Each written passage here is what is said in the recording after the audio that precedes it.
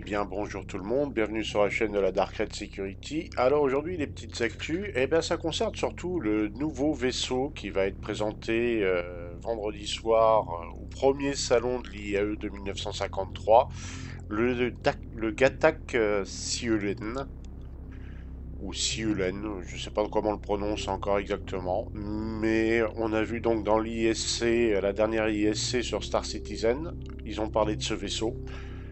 Et comment dire, c'est un vaisseau juste magnifique. Il est superbe ce vaisseau. J'adore les petits détails qu'ils ont apportés dessus. J'adore beaucoup de choses à son sujet. Il est...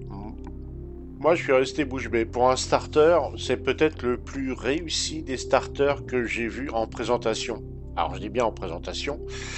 Je tiens à préciser qu'on va se jeter dessus dès qu'on en a l'occasion et on va le tester. On va le tester, on va un peu l'ausculter. Il y a quelque chose qui nous a surpris, c'est qu'ils n'ont pas du tout parlé du cargo. Normalement, alors, on avait entendu dire qu'il aurait 6 SCU de cargo, mais ils n'en ont pas du tout parlé hier dans l'ISC, ce qui est plutôt surprenant. Alors on va regarder s'il a vraiment un cargo, on va tester ça. Mais voilà, le concept est tellement original, ça change tellement des vaisseaux qui nous montrent souvent en forme d'avion, quoi. Et là, celui-là, c'est voilà, décollage fusée, atterrissage façon fusée. Ça casse complètement ça casse complètement les habitudes qu'on a dans SC. Pour moi, c'est une réussite ce vaisseau. Au niveau concept, au niveau design, il est juste génial. Regardez les touches, le petit détail apporté aux touches. Voilà, les escaliers, bon ça on se doutait que c'était comme sur le Cartouhol, et les escaliers on va dire à lévitation. C'est Xi'an, hein. Les Xi'an adorent les trucs en lévitation, donc voilà, c'est une de leurs technologies la plus évoluée. Mais là, ouais, ça rend super bien. Il est magnifique ce vaisseau. Regardez l'intérieur, on monte à bord, il y a un ascenseur.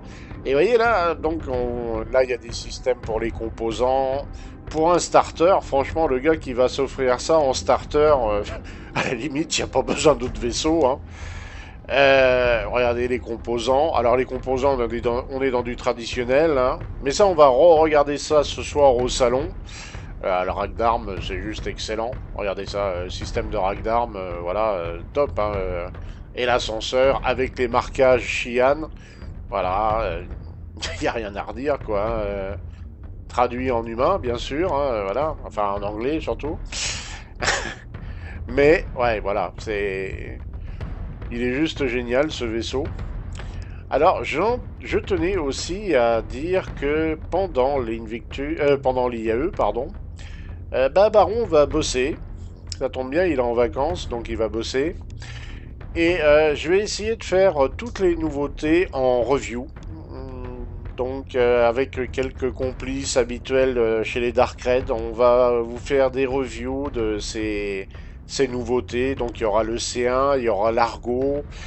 L'Arastra, apparemment, on l'aura peut-être qu'en concept. Enfin, peut-être pas. Il sera peut-être Fly Ready, on n'en sait rien.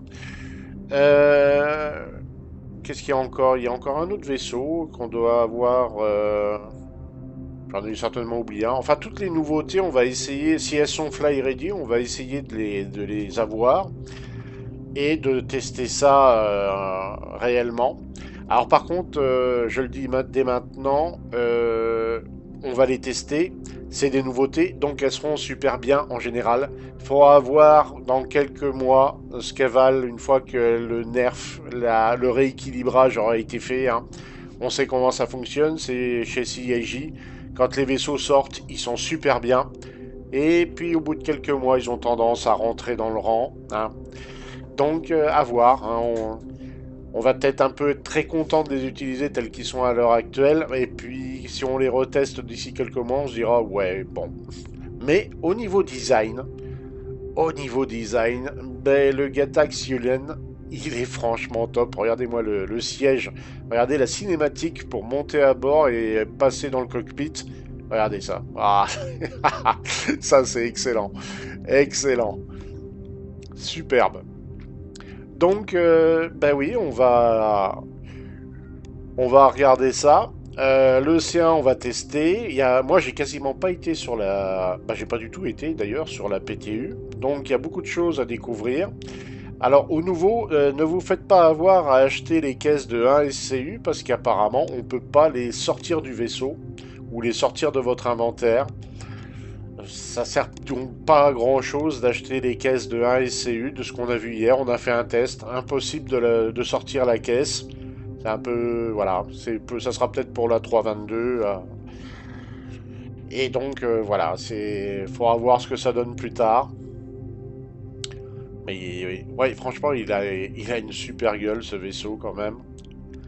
Et alors, s'il est vraiment starter pack, alors ça reste encore à confirmer, mais s'il est vraiment starter pack, bah, pour débuter le jeu, là.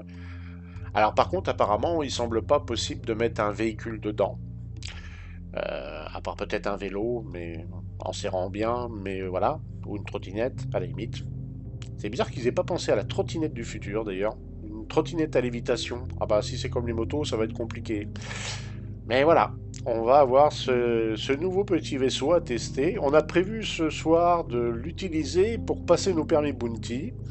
Et puis on va essayer de voir s'il a du cargo réellement et jusqu'à quelle quantité. Mais ouais, ça, à mon avis, il y a quelques joueurs qui vont se retourner sur son passage parce que franchement, il a une gueule plus que sympathique. Très très sympathique.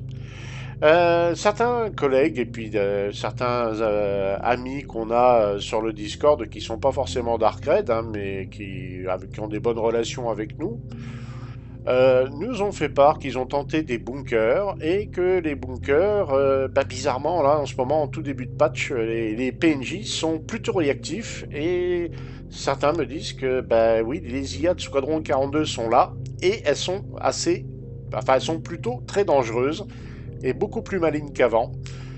Alors, il faudra voir ce que ça va donner pendant l'IAE et quand la Free Fly sera ouverte à tous. Les serveurs risquent de manger un gros nerf. Hein. Ils vont aller beaucoup moins bien qu'ils ne le vont à l'heure actuelle. On m'a reporté aussi que pas mal de joueurs, pas mal de joueurs, oui, avaient perdu des composants vaisseaux. Bah moi aussi d'ailleurs, j'ai perdu beaucoup de mes composants vaisseaux. Par contre, j'ai gardé le Ares que j'avais acheté in game. Donc voilà, apparemment il y a moins de pertes de vaisseaux, mais il doit y avoir encore des pertes de vaisseaux. Je suis sûr que des gens ont dû être impactés. Ça me navre pour eux d'avance. Quand on perd un vaisseau, c'est toujours embêtant, il faut tout recommencer. Et puis ça dépend aussi de la valeur du vaisseau. Si vous avez acheté un truc à 2 millions, ça va. Si vous avez acheté un truc à 10 millions, c'est déjà plus embêtant. Mais ouais, apparemment, il y a eu des petits soucis, surtout au niveau des composants. Mais autrement, les armures, les armes FPS, ça n'a pas disparu. Les tenues civiles, voilà. C'est surtout les composants de vaisseau qui ont tendance à disparaître. Plutôt embêtant. Autrement, bah voilà, le Gatax Ulen, je suis assez hypé de le tester, de voir s'il a un caractère, s'il fait des bruits aliens spécifiques. Mais il est superbe, hein. Il est franchement superbe. C'était une ISC très intéressant. Ils ont parlé aussi du C1. Apparemment, les rayons tracteurs, on peut les acheter dans les stations spatiales, comme les espaces cargo, ou surtout les raffineries, apparemment.